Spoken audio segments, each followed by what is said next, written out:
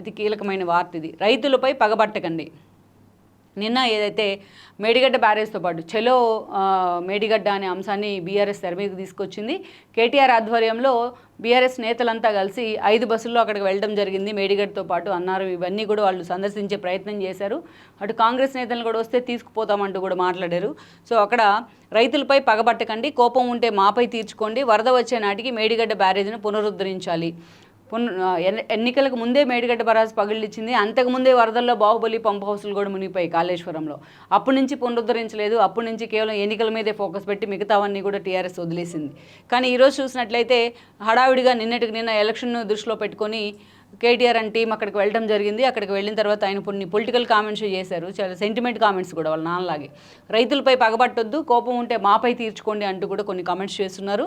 అదేవిధంగా వరద వచ్చే నాటికి మేడిగడ్డ బ్యారేజ్ని పునరుద్ధరించాలి. అది పునరుద్ధరించడానికి మన ఇంట్లో కూలిన గోడ కాదు, 4 కిటికీలు వేసి కట్టడానికి. అది తెలంగాణ ప్రజల భవిష్యత్తు కూడా, తెలంగాణ ఆత్మగౌరవానికి ప్రతీక అంటూ కూడా కేసీఆర్ ఎన్నోసార్లు మాట్లాడారు. ఒకవైపు నేషనల్ డ్యామ్ సేఫ్టీ అధికారులు కూడా నివేదిక ఇచ్చున్నారు. దీని భవిష్యత్తు ఏంటి అనే అంశం మీద వాళ్ళకి క్లారిటీ లేదు. ఇది ఎక్కడొచ్చి మా మీద పడుతుందో అని చెప్పి నిన్న సిడబ్ల్యూసీకి సంబంధించి, అదేవిధంగా కేంద్ర ప్రభుత్వానికి సంబంధించి వెదిరే శ్రీరామ్ కూడా మాట్లాడారు. మా తప్పేమీ లేదు, ఇదంతా కేసీఆర్ తప్పే అని చెప్పి కూడా. అలాంటి సిచ్యువేషన్లో ఆల్రెడీ దీని మీద క్రిమినల్ కేసు కూడా నమోదు చేసేందుకు కూడా రేవంత్ రెడ్డి సర్కార్ సిద్ధమవుతుంది. ఎల్ఎన్టీ కూడా ఇప్పటికే రెవెన్యూ రికవరీ యాక్ట్ కూడా ప్రయోగించాల్సి వస్తుందంటూ కూడా నోటీసులు ఇచ్చింది. ఇలాంటి సిచ్యువేషన్లో ఆయన మాట్లాడుతూ ఉన్నారు. సో వరద వచ్చే నాటికి మేడిగడ్డ పునరుద్ధరించాలట. సో అదే ఫామ్ హౌస్లో ఒక గోడ అయ్యి ఉంటే 4 ఇటుకలు పెట్టి సెట్ చేస్తే పోయేది. కానీ ఇది మేడిగడ్డ కదా, మరి కేటీఆర్కి అవకాశం ఇస్తే ఆయన ఏం చేస్తారనేది కూడా చూడాలి. ఇక్కడ చూసినట్లయితే ఇప్పటికే పలు జిల్లాల్లో పంటలు ఎండిపోతూ ఉన్నాయి. ఇక్కడ చూసినట్లయితే 1.6 కిలోమీటర్ల బ్యారేజ్లో 50 మీటర్ల పరిధిలోని మాత్రమే సమస్య.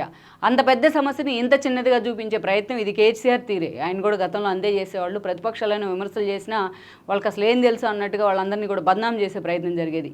ప్రతిపక్షాల దగ్గర నుంచి ఈవెన్ జర్నలిస్టుల వరకు కూడా ఎన్నోసార్లు అదే జరుగుతూ వచ్చింది. తానొక్కడనే ప్రపంచ జ్ఞాని అన్నట్టుగా కేసీఆర్ ఎన్నోసార్లు మాట్లాడుతూ వచ్చారు. అదే అహంకారాన్ని ఇక్కడ కేటీఆర్ కూడా ప్రదర్శిస్తూ ఉన్నట్టు మనకు స్పష్టంగా అర్థమవుతుంది. ఒక పక్క చిన్న సమస్య అయినట్లయితే కూడా దాన్ని రీస్టోర్ చేసే అవకాశం ఉండుండేది. ఇప్పటికే మరి నేషనల్ డ్యామ్ సేఫ్టీ అధికారులు అంతా కూడా వచ్చి ఎందుకు దానిలో అంత తప్పు ఉంది అని చూపిస్తున్నారు. ఆ స్థాయిలో భవిష్యత్తుకే ముప్పు ఏర్పడబోతోంది, తెలంగాణ ఇరిగేషన్ పరిస్థితికే ముప్పు ఏర్పడబోతుందని ఎందుకు చెప్పారనేది కూడా కేటీఆర్కి అర్థమవుతుందా లేదా అని చూడాలి. బట్ దీన్ని కూడా రాజకీయం చేసే ప్రయత్నం ఏది.